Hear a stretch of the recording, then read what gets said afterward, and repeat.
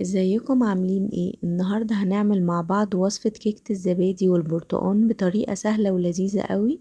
وان شاء الله الناس اللي مش بتعرف تظبطها بالمقادير دي وبالخطوات دي هتطلع حلوة قوي. جربوها.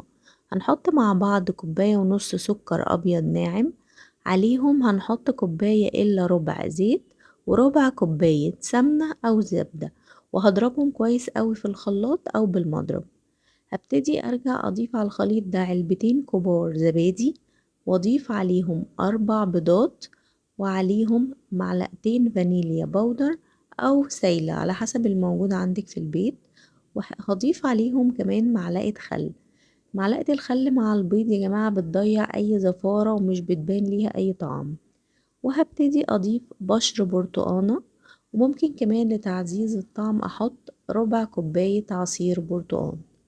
هاخد الخليط بتاعي واضربه في الخلاط كويس قوي، وارجع اجيب طبق او بولة وافضي فيها الخليط دوت عشان ابتدي احط المكونات الجافة بتاعتي. مكونات الجافة اللي فاضلة عندي اللي هي 3 كوبايات دقيق، عليهم كيس بيكنج باودر. والدقيق يفضل يكون متعدد الاستخدامات او نوع كويس عشان ينجح معايا الكيك. هقلب كويس قوي لحد ما اوصل للقوام ده، وهشغل الفرن عشان اسخنه شوية على درجة حرارة 180 درجة. وهجيب اي قالب كيك عندي او صاج او صينية ابطنه بالسمن والدقيق، وافضي فيه خليط الكيك بتاعتي، واسيب الكيكة عندي في الفرن لمدة 45 دقيقة. ممكن تزيد 5 دقايق او تقل 5 دقايق حسب فرن بتاعك. وبعدين هرجع اطلع الكيك بتاعي. وده كان شكل الكيك بتاعي يا جماعة، بجد هش وطري قوي وغني ومفيد للولاد، وممكن كمان نديهولهم في المدارس.